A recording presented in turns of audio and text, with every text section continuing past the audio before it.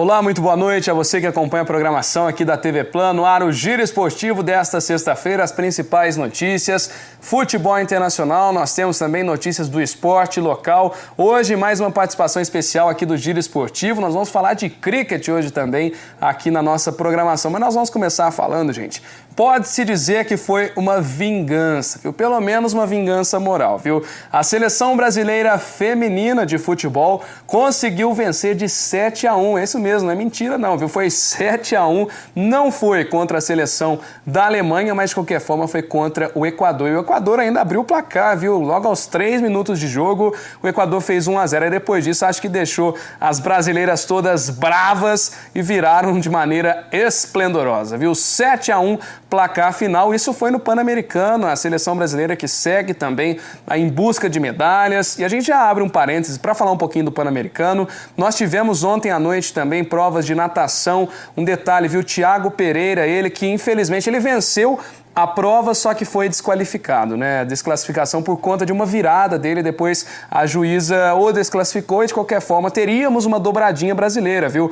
Já que Brandon estava ali na segunda colocação, ele que é brasileiro, 18 anos e conseguiu levar a medalha de ouro no fim das contas, né? Mas assim mesmo, tivemos Joyce na luta livre, greco-romana também, outros atletas que estão conseguindo também placares inéditos, assim como também a seleção brasileira de futebol. Como você pode ver, não para de sair gol, viu? Foram 7 gols, 7-1. A gente até relembra aquele 7-1 em que a Alemanha colocou para o nosso Brasil, para a nossa seleção brasileira. Foi triste e agora foi a nossa vez também. Podia ser contra a Alemanha aí também, né? Mas tá bom já. Contra o Equador já foi de bom tamanho essa vingança moral, mas a goleirona ali tá de brincadeira também, né? Porque nem pular na bola ela não pulou, já estava ali desmotivada, né? Já tinha tomado aquele monte de gol também, bola na rede para todo lado. E aquele detalhe, viu, gente? A gente tem que investir no futebol brasileiro feminino, porque infelizmente temos as principais jogadoras são mais experientes.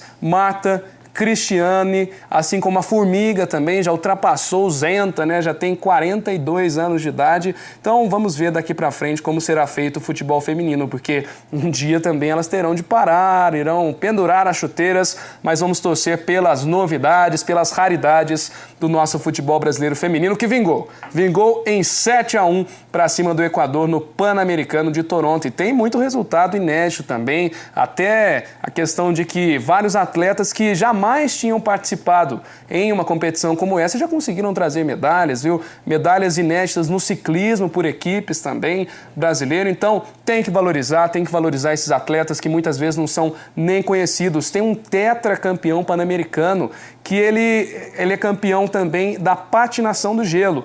Brasileiro, essa foi o pentacampeonato, já era tetracampeão, na verdade, e infelizmente não tem essa divulgação maciça, né? Mas vamos torcer. O Pan-Americano, que é uma grande competição também, que revela novos atletas e ótimos atletas brasileiros. Mudando de assunto, voltando aqui também para o nosso Brasil, vamos falar de Sub-20, viu? Tivemos a partida entre Cruzeiro e Bahia. E um detalhe que tem que valorizar também a molecada que está jogando demais, viu? Foi 2-0 para o Cruzeiro que sempre teve essa tradição de manter uma base forte, uma base maciça do futebol. Aí no Sub-20 comemorou muito também o primeiro gol dele com a camisa do Cruzeiro, então tem que comemorar, tem que espernear ali para ser titular também, porque um gol feito por uma equipe como o Cruzeiro também já dá bastante moral, viu? E o Bahia ficou para trás numa dessa, viu? Foi 2-0 placar final, um resultado importante para a equipe celeste e aquilo, tem que continuar na competição, cabeça erguida, porque infelizmente muitos desses jogadores começam com uma carreira esplêndida, excepcional e depois infelizmente só ficam por lá, né, gente? Não evoluem, muitas vezes por falta de espaço, por falta de oportunidades dos técnicos das equipes profissionais também, viu?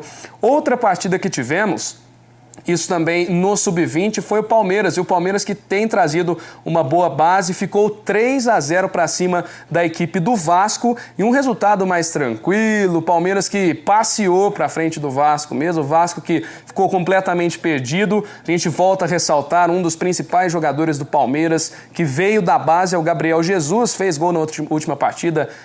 inclusive, né? E esse gol aí, uma falta de sorte do zagueirão ali também, falta de sorte, falta de bom posicionamento, deve ter ficado triste, mas é cabeça erguida, né? Depois o Palmeiras, uma jogada pela direita, conseguiu num chute rasante ali também do ala do Palmeiras, do Alviverde, fez o segundo gol do Palmeiras e depois ainda teve o terceiro para fechar o caixão Cruz Maltino, viu? O Vasco que não está bem nem na Série A do Brasileiro, está perdendo muito, agora nem no Sub-20, gente. É lamentável pensar nessa situação também, viu? 3-0, esse é o terceiro gol, jogada da mesma forma pela direita, um drible lindo ali do lateral palmeirense e depois a finalização dele mesmo, viu? Então jogou demais, ele na verdade que é o ala, né? Um dos principais jogadores do Palmeiras Sub-20, mas vamos ver como será também daqui pra frente. A outra partida pra gente fechar, essa aconteceu durante essa semana também, um clássico Fla-Flu, e no Fla-Flu foi 1-0 pro tricolor, pro Fluminense, viu? Uma jogada ali, aquela jogadinha manjada, né? Vai para um lado, o goleirão pensa que ele vai finalizar, toca pro meio da área e gol da equipe do Fluminense. Esse placar foi um placar não tão espaço, o placar mínimo do futebol, 1-0, mas foi o suficiente para a vitória também do Fluminense. Próximo assunto que a gente fala também aqui no Giro Esportivo é de Didia. Ele que foi um carrasco do nosso futebol brasileiro, viu? Em 1950, para quem teve a oportunidade de presenciar uma situação como essa, para quem também não teve, mas ele que foi o autor do segundo gol do Uruguai, viu? O maracanaço que deixou muito torcedor chorando no estádio lá no Maracanã. Depois também o Didia que morreu nessa data, viu? Em 2013 o ídolo ainda entrou em campo durante uma partida da seleção uruguaia para assistir o seu maior feito no telão, né? O segundo gol que ele fez para cima do Brasil e aquele detalhe, né? Um gol que ficou na história e um jogador também que fica na história porque também tinha muita qualidade, mesmo que o Alcides Didia tenha sido essa questão de um carrasco do futebol brasileiro, né? Mas mesmo sendo um carrasco, ainda assim tem que valorizar o futebol. Outro assunto que a gente pode falar também no futebol internacional, futebol quase que americano também, na equipe do Kaká, o Orlando City conseguiu mais uma vitória, viu? O Kaká que ficou parado do futebol, jogou aqui pelo Brasil também, agora volta lá, está lá no futebol dos Estados Unidos e conseguiu a vitória por 3-1, gente. O Orlando City ganhou de 3-1 para cima da equipe adversária, segue também nessa competição na Copa Americana de Futebol, que é aquilo. Começa essa valorização do futebol lá dos Estados Unidos, viu? Quem sabe também pode ser mais novo futebol para uma Copa do Mundo, para uma Olimpíada, inclusive. Vamos ver como será esse investimento, viu? Mas foi 3-1 placar final. A equipe do Kaká conseguiu esta vitória, consegue também avançar, passar para frente no futebol internacional, nesse futebol dos Estados Unidos. De qualquer forma, essa valorização, né?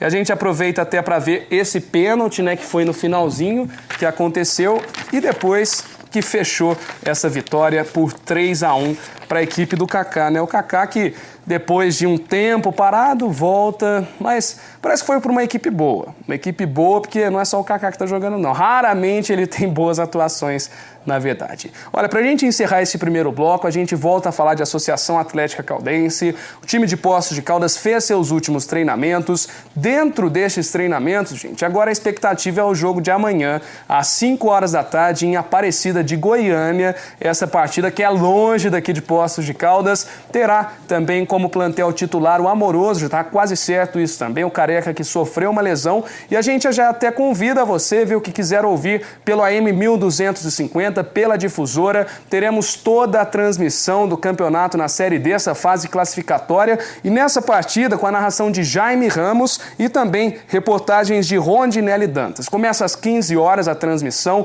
com o programa Concentração e a partir das 17 horas a partir do jogaço entre Aparecidense e Caldense. Um jogo decisivo, jogo de 6 pontos e lá no alto da tabela, viu? O grupo A5, em que a Caldense está na segunda colocação, o Aparecidense na primeira. Nós vamos para o nosso intervalo e logo em seguida, hein? Assunto em pauta do Giro Esportivo é cricket. Nesta sexta-feira, o cricket aqui de Poços de Caldas. Fique ligado.